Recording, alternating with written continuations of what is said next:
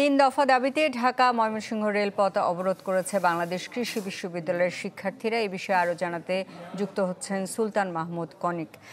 Conic, তিন দফা দাবিতে চলছে এই অবরোধ, জানাবেন তিন দফাগুলো কি?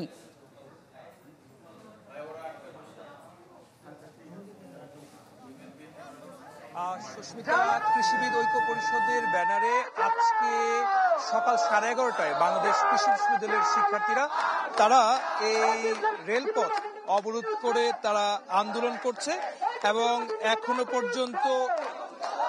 পর্যন্ত তারা এই আন্দোলন চলছে। তাদের এই আন্দোলন চলছে। তারা বলছেন যে তাদের যে তিন দফা দাবি রয়েছে, এই তিন দফা দাবির প্রেক্ষিতে মূলত তারা এই আন্দোলনটি তারা চালাচ্ছেন।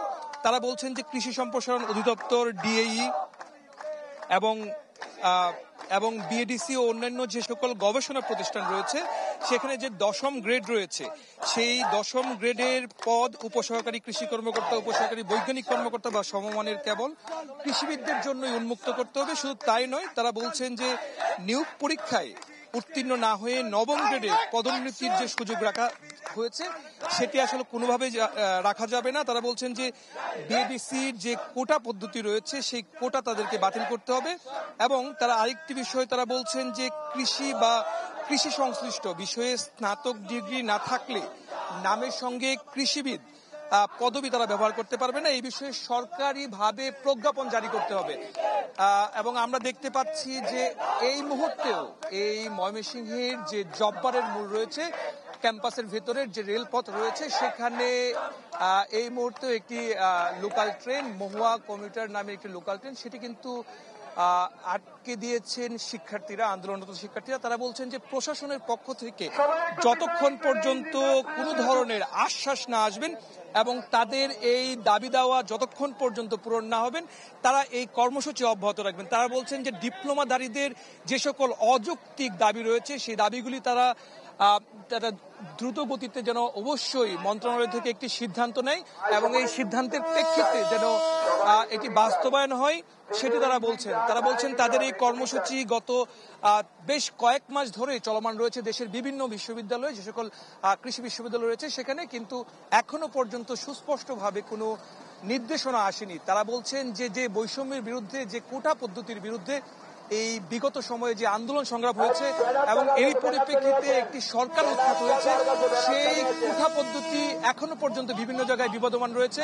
বিশেষ করে বিএডিসি সহ কৃষি সম্প্রসারণ বিভিন্ন জায়গায় সরাসরি গ্রেডের যে পদ্ধতি, সেই পদ্ধতিকে ব্যতি রেখে তারা বলছেন যে নবম গ্রেডে যদি কেউ পদোন্নতি হতে হয় বা নবম গ্রেডে যদি কারো চাকরি হতে হয়, সেক্ষেত্রে অবশ্যই বিসিএস এর মাধ্যমে কিন্তু সেই পদটি পেয়ে থাকেন। সেই ক্ষেত্রে অনেকে যারা আছেন, যারা ডিপ্লোমা কৃষিবিদরা যারা আছেন সেখানে, সেই ডিপ্লোমা কৃষিবিদরা যারা আছেন সেখানে অনেকে দশম গ্রেডে যারা যোগদান করেন, সেই দশম গ্রেডের পরেই কিছুদিন পর চাকরি যাওয়ার কিছুদিন পরেই কিন্তু চাকরি করার কিছুদিন পর তারা আবার নবম গ্রেডে উন্নীত হতে পারেন। এই যে উন্নতি এবং সেই উন্নতির সময় কোনো ধরনের পরীক্ষা পদ্ধতি রাখা হয়নি।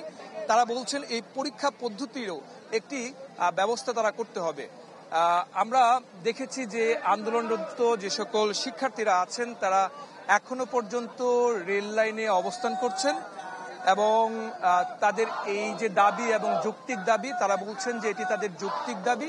এই যৌক্তিক দাবির পক্ষে সরকারের বর্তমান সময়ে যে সকল উপদেষ্টারা যারা আছেন, যারা দায়িত্ব পালন করছেন, তারা যেন একটি ব্যবস্থা নেয় এবং এটি একটি সুস্পষ্টভাবে একটি ব্যাখ্যা সহ এই স্থায়ীভাবে একটি পদক্ষেপ নেয়, যেন এই ধরনের আন্দোলনের, এই ধরনের দাবির প্রেক্ষিতে যেন কোনো ধরনের নতুন করে কোনো আন্দোলনে যেন না আসতে হয়, এটি তারা বলছেন।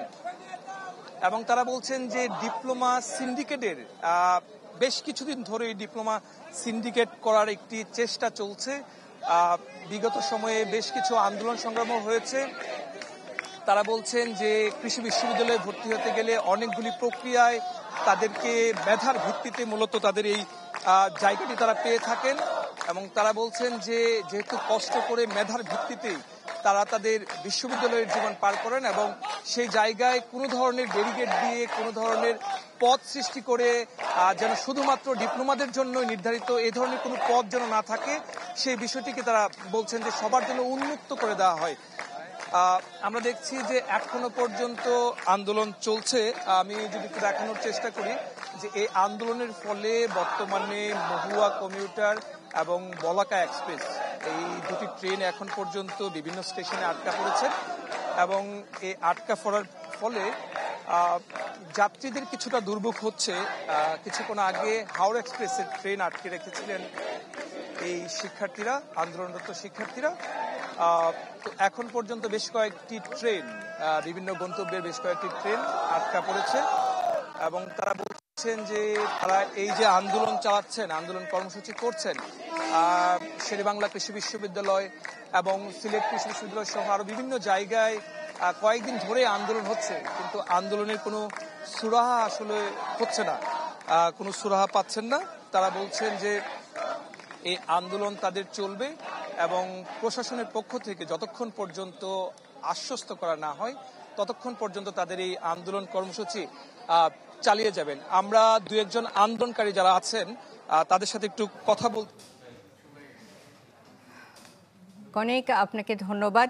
3 দফা দাবিতে ঢাকা ময়মনসিংহ রেলপথ অবরোধ বিষয়ে জানাচ্ছিলেন সুলতান মাহমুদ কনিক।